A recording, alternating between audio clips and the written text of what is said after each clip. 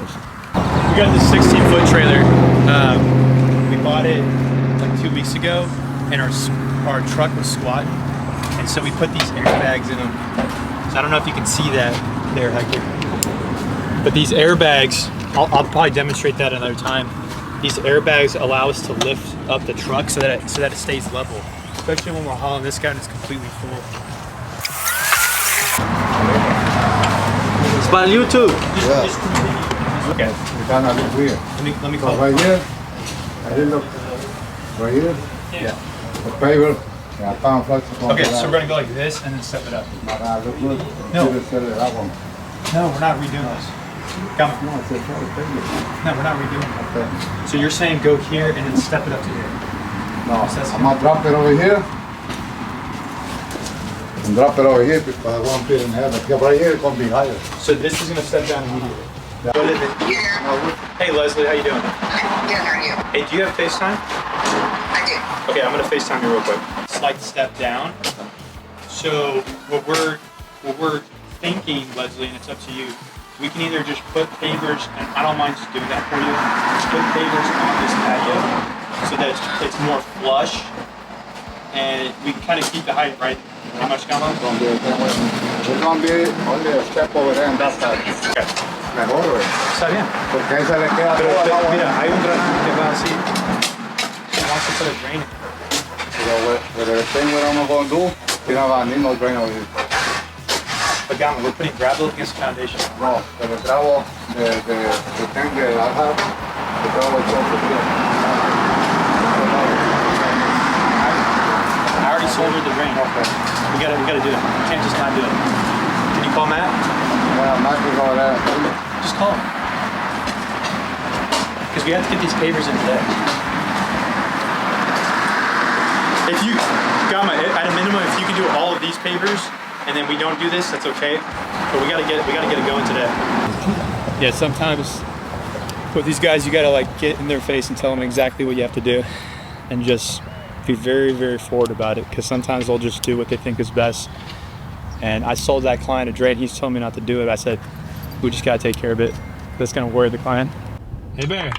What's up? Good morning, Chris. Good morning. Chris, I already sent the picture for Anthony. I forget send it to you. Maybe he sent it. I sent the call for the cost for the material for Anthony. Yeah. I'm gonna call him right now. All right.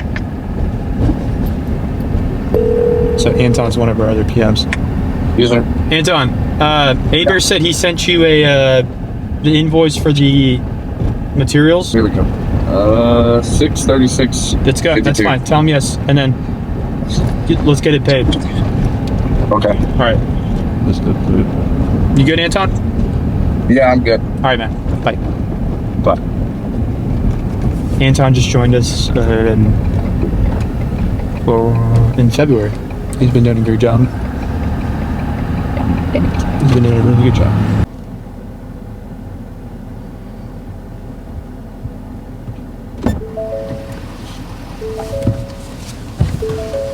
So this client has like a he wants to do a patio cover. I'll show you. But it's this like electrical thing is in the way. So like the meter's right there, the breaker box is there, so we can't do an A-frame. We can't even do a pergola there. And he's like, he wants to move it, and I've never done that, so I'm gonna give him a master electrician's number and see if that's even possible, or I don't know if Centerpoint has to come out. I'm gonna show you something else. I currently don't have an assistant, but I have this software that will record all of our conversations that go to this phone number right now. So if you look here, this is an AI. It says, hello, you have reached Texan Landscape Group. This is an AI receptionist. Caller says hello. It says, how may I assist you? And it says reschedule a consultation. And then so I can just go back and read this whole conversation. Sometimes it's not worth my time. It will just say I have a budget of $1,000. I want to get my lawn mowed, so I don't even call them back. But we got another one here. Need a quote? Sure thing. I can help with that. Could you tell me what service you're interested? It says landscaping, and then it even asked them for the budget, and they said 10K. So that's a client I'll call later. So this has been a game changer for us, and it records the conversations. Like this was a 5-minute conversation that the AI had. So looking for a landscape estimate, maybe replace turf, and all that. Some other PM's calling. Let me answer this. Hey Matt, what's up?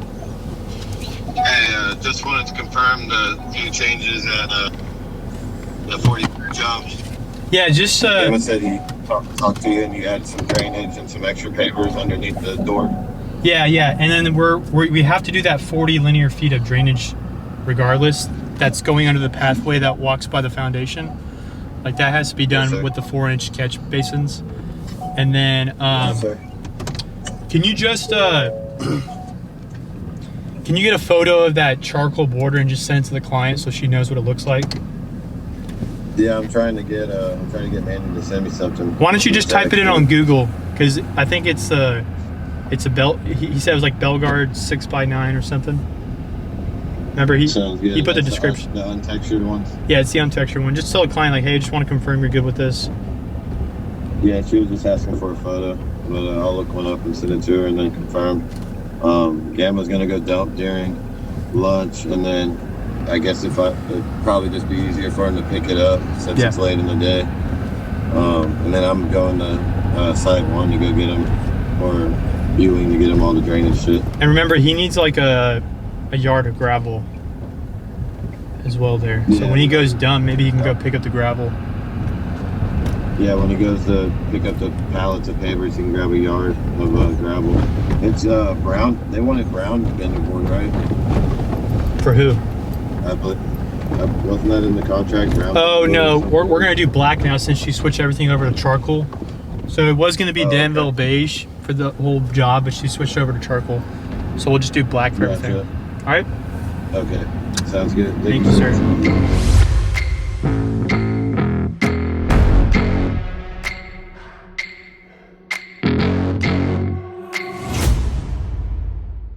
I didn't sell this job, but sometimes, like if I have an open day, I don't have a ton of meetings, I'll just try to swing by the 4 or 5 jobs that we have going on that are near me.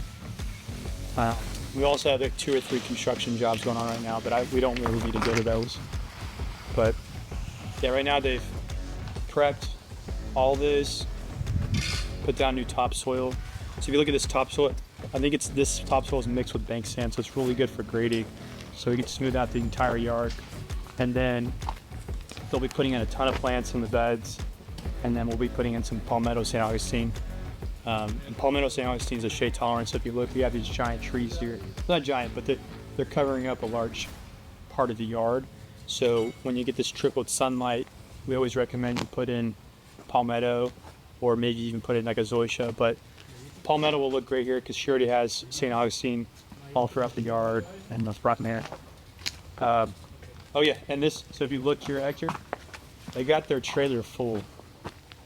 So, but the truck is level right now. So you notice that? So usually when we have this full, the tongue, we'll put like a ton of pressure on the itch there, and it will like bend like this. But right now it's level. So let me show you this. Después abrir, Waldo. And so if, let's say this was too low, I can move it down. So right now I think it's probably at 50 something PSI. So it's at 30 actually. So if I wanted to lift it up, it's gonna be kind of hard to tell. So let's go through it in just a sec. Last. So that's up to 40. If I wanted to go to 50, it's gonna be hard to tell, but it goes up, like right now it's up to, those are those bags I showed you earlier.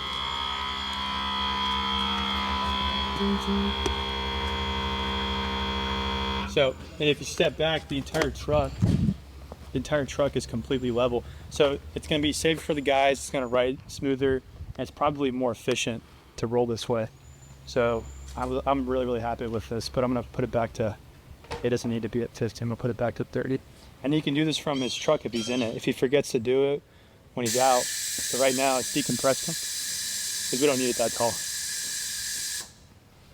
I've had, like in back-to-back months, we had our Echo blowers stolen. And I bought these. I'd seen these racks. A lot of lawn care companies will roll with them, and they'll put them on the side of their trucks. And we really didn't want to mount it to our trucks because we weren't sure what else we were going to do with our trucks.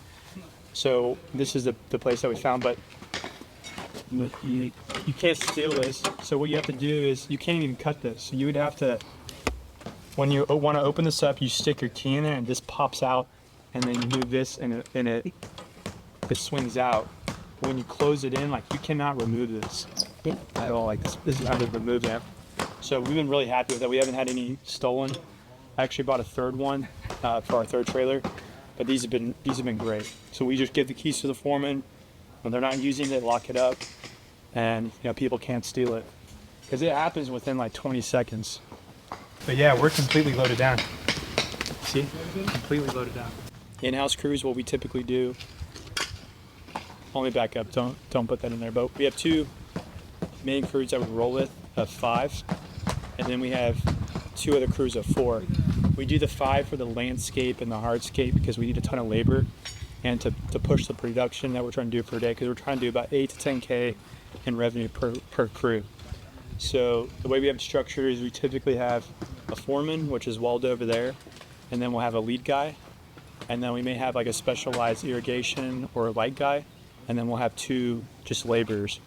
And that's been incredible for us to push the production that we're trying to push. And then above them we have project managers. So our project managers will split the 8 to 10 jobs that we have, and then so that will be their direct line. So the foreman, the lead guy needs something, he tells his foreman, and if his foreman needs something, he tells the project managers. But each of the foremen have the ability to drive. So if they need to go get stuff, they can go do it. But ideally, we don't want them to leave our job sites. So having that structure in place is really nice, because we don't want to be bothering the guys that sold the job as much as we can. So if the project manager can't answer their question, then myself or Tony or Zach, whoever sold the job, will then come in. But that's usually what we try to do. Once the job starts, the direct contact for the client is the project manager, and the direct contact for the foreman is the project manager. And then if they really need us, then they call us. But that kind of helps save time for us and keep things rolling smooth, so that we're not the bottlenecks of everything. Yeah, so there's this company called Clear that I met at a trade show in Louisville this past fall. It was actually like one of the first booths I run into, and it's a software that connects with most CRMs out there. So we use Jobber. So I was intrigued by it because it's integrated with our CRM. So in Jobber, there's an expense report system, and what you do with Clear is you hook up all of the cards that you have associated with your business. So like for me, I have 2 Amex cards, I have my debit card, 3 other debit cards that are for my project managers and salesmen, actually 4. And anytime an expense comes through, I get a text, of what it is. I also have this on my computer. So what you do is, since it's integrated with Jobber, whenever I need to associate each expense for each job, it's already, I have this drop-down menu where I can just pick the job number that it's associated with, and I associate it with it, and then it will populate into the expense report on Jobber for each job. So if you go on Jobber, I'll show you all this on the computer. You go to job and you scroll down the bottom, there's an expense report. You'll see Clear transaction, and it'll say $211, and we'll say Home Depot. And that's great for us, because then all we have to do after that is make sure that we input our labor and our daily overhead, and then we'll know exactly what we made on the job. So it's been incredible for us just to know from job to job how we're doing, and I highly recommend it.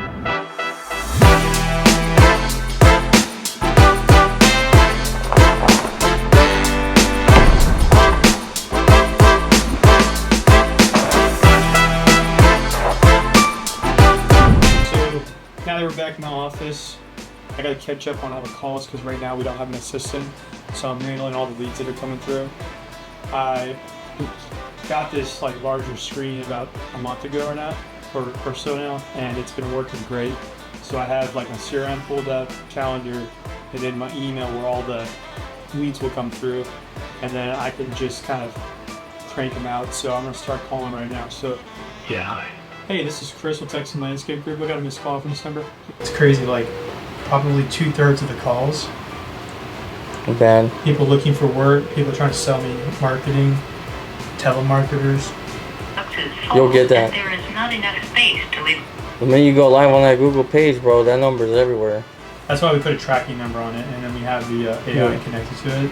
So we kind of, I might go through like that thing I showed you earlier, the what converts thing. Mm-hmm. So then what I do is if they don't pick up and I think it's legit lead, I just I send them a text. So what I'm gonna do now is go through all the what converts. It even tells me what state they call from. So this one says Wyoming. Hi, this is Chris with Texas Landscape Group. I just missed call from somewhere. Yeah, this is Chris with Texas Landscape Group. This is the transcript of the entire call. So I don't have to waste my time calling these people. Hello. Hey, this is Chris with Texas Landscape Group. How you doing? Good, how are you? Hey, I'm just returning a call. Looks like you spoke with our AI receptionist. Is that correct? I did, yes, that was interesting. Okay. Tomorrow, but Wednesday Is better? morning would be best, yeah. I can fit you in at 10 a.m. Okay, Does that work? That should work, yeah. Okay, I'm just going to confirm your information here. So, let me ask you, how did you originally hear about us? Oh, I was just Googling. All right. So just to go over everything, you want landscaping, fence, and turf, right? Yeah. Okay. Any other questions for me, Kirby? I don't think so. All right. Well, we'll see you on Wednesday. You'll be meeting with Zach, and he'll be coming in a white F-150, okay? Okay, sounds great. Thank you, sir. So I'm just looking at one of the designs that we closed a few weeks back. This is it right here. So we're doing a pretty cool project. It's going to be a pool deck, elevated Trex deck, has 2 sets of stairs. There's actually this existing elevator that's over here that we're going to cover up. And then client has this canvas that we're going to install from him that will go over the pool. So these are some cool shots. But anyways, the story on this project was I was driving and I got a call from a client that said, hey, I've been trying to reach, one of your sales reps, and, his communication has kind of died down the last few weeks. This was like in late February, and we had seen him like on January 2nd or something like that. So we've done design, we've gone through already 1 round of revisions. I guess he was going through the 2nd round, he wasn't getting as much of a response. So I called that rep and he said that, it wasn't really top of mind because the client wasn't looking to move forward till the fall. So so I called him and told him, I was like, look, I understand, but we still got to get the revisions done, get the quotes out, because the guy called me and said, hey, we've been following you on Instagram, like, we see the projects you're doing, we really want to work with you. So immediately I said, hey, I want to take over the design from this point on, get him his revisions, get him a quote, and so we can get the ball rolling.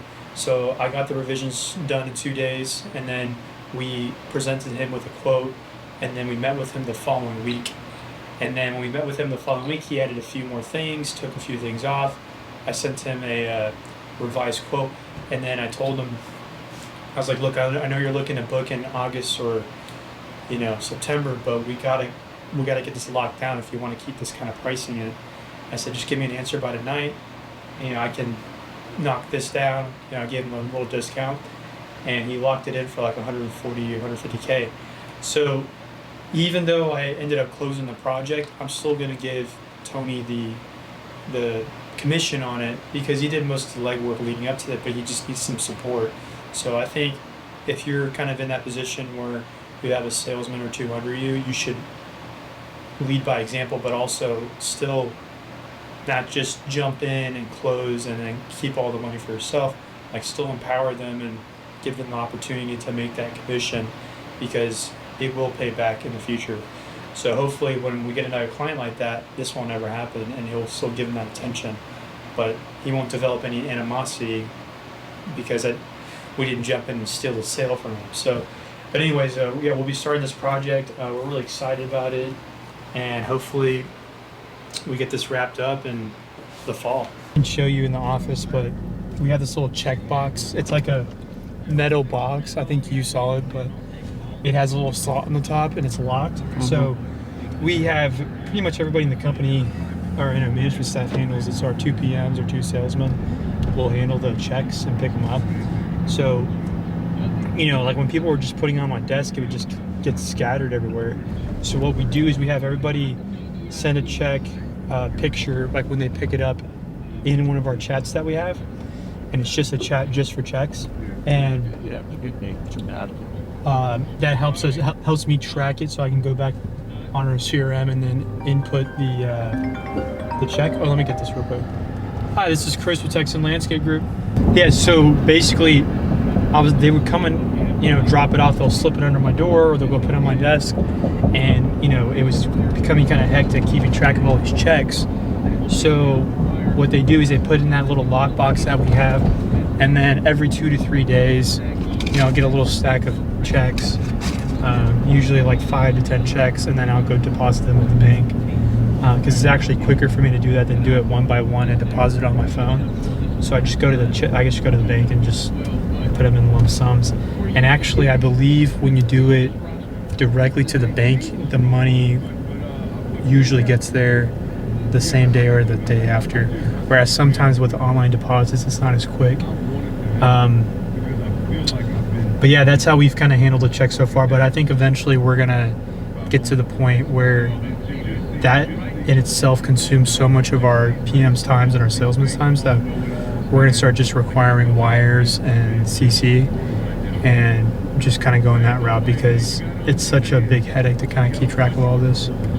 So that's kind of where we're at.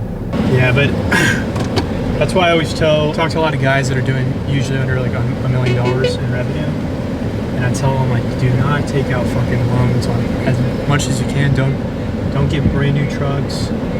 Don't borrow money for capital. Just keep rolling the cash that you have, and then you should never have any cash flow problems if you're getting deposits and your payment plans are in line with how you're completing your work. Because you start borrowing money and you have fat payments coming out of your checking account, and it could really put you in a bad bind. I know some people that had to borrow money and like do those short-term loans, and they have to pay like severe interest, like on a daily basis, with these ridiculous loans. So don't do that if you're just getting in the business. Don't ever borrow money.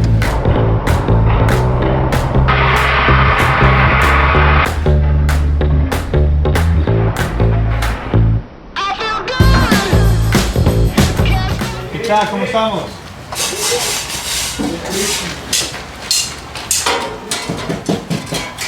Se ve bonito, güey. Ya va, ya. Ya tienen cura. Sí. La subimos hace ratito. Yeah, so this project's really cool. I was at a trade show, and we were actually advertising this cantilever pergola for the first time ever, and I got a request, and I just posted about 5 of these photos that the supplier let us use on our website, and then literally the day later, like on the side of the show, somebody requested to get a cantilever pergola, so very, very excited. So I sent Tony out to the job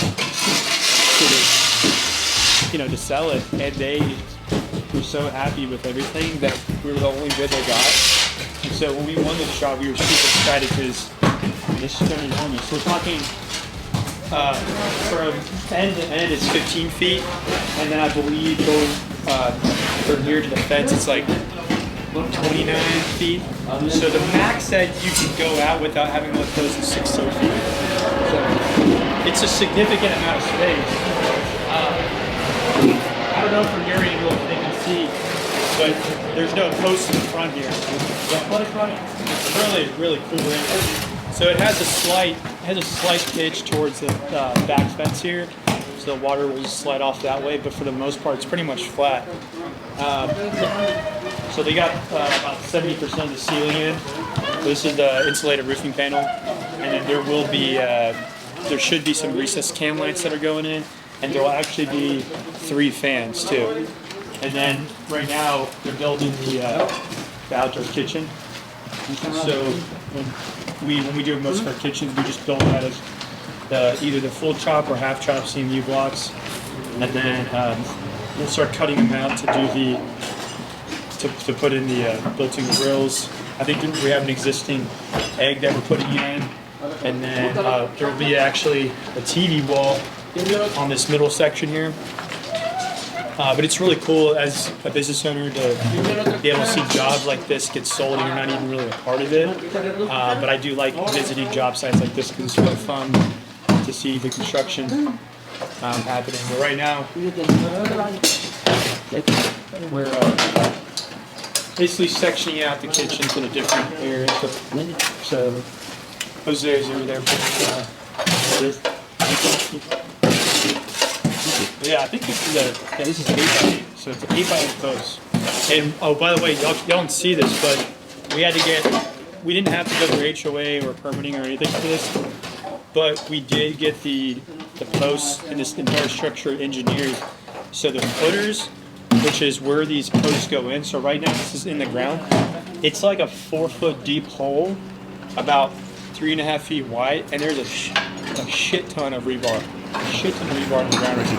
So each post, all 4 of these posts, even though you can't see it, they are about another 3 or 4 feet in the ground with a significant footer. So these aren't going anywhere. He built a lift in his garage, so he's got like 6 cars in here. Oh, that's why it's so tall. Yeah. It's crazy. Thank you, bro. Gracias. No, so I was telling him when we got this lead when we were at the trade show. Do you remember? Yeah, we were like I said, we were selling, like we had an actual pergola set up at our booth, and somebody, I think they saw our, like I told you, I think they saw our pictures on the website, and then they called us. Yeah.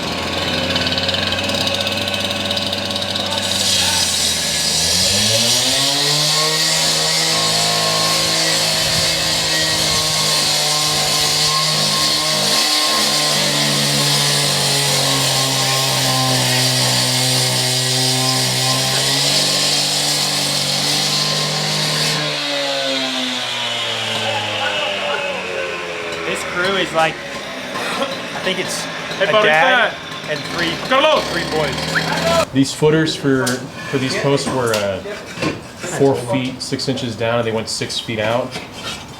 Oh, so it's 6 feet. This way? Yeah, it's about $1,500 a post in concrete. We're gonna put recessed can lights, right? Recessed can lights. We're gonna do fans on each. We're gonna do recessed speakers. They can do that after that? Yeah, we run all the wiring through the holes in the top of the IRP. You want to see this? Oh yeah, over here. So all the holes there. We run they're all pretty the fat. all the cat wire through there. I'm gonna show you really quick. If you want to go up there, I'm gonna walk up top of it.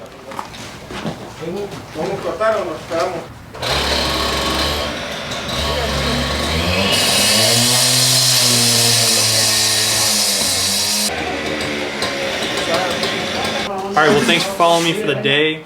We're gonna be posting more content like this, hopefully once a week.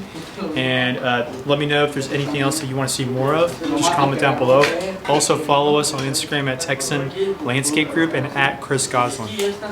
Thank you.